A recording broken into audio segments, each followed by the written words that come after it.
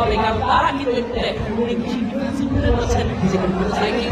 কিন্তু তারা অ্যাটাকিং এ চলে যাবেন। সেই কাজটাই করা প্রয়োজন। আরো একটা ভালো লঞ্চ প্যাডে ব্যবহার হচ্ছে, লঞ্চ প্যাড এইভাবেই ইউজ করা উচিত। ডিফেন্স লাইনের মধ্যে একটা কম্বিনেশন কম্বিনেটর আর হয়ে already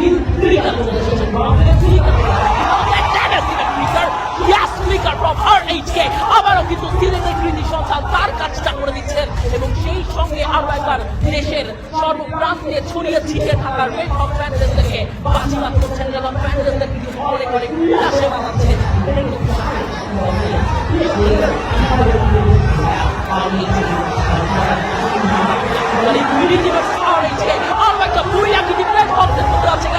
Last one at fight is 3. যেখানে mid paradox and unknown coming beauty বলে দেখে পাচ্ছেন ইপ্লে of yes back back to match কিন্তু অলরেডি এখানে কাছে প্লেয়ার গিয়েছে once again but play got knocked এবার মিড 79 রাখা এসে হেডশট হেডকে নক করে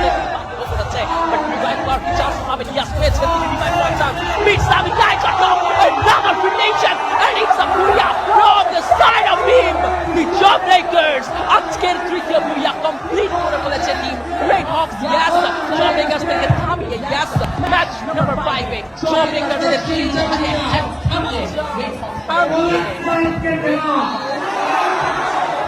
Oh,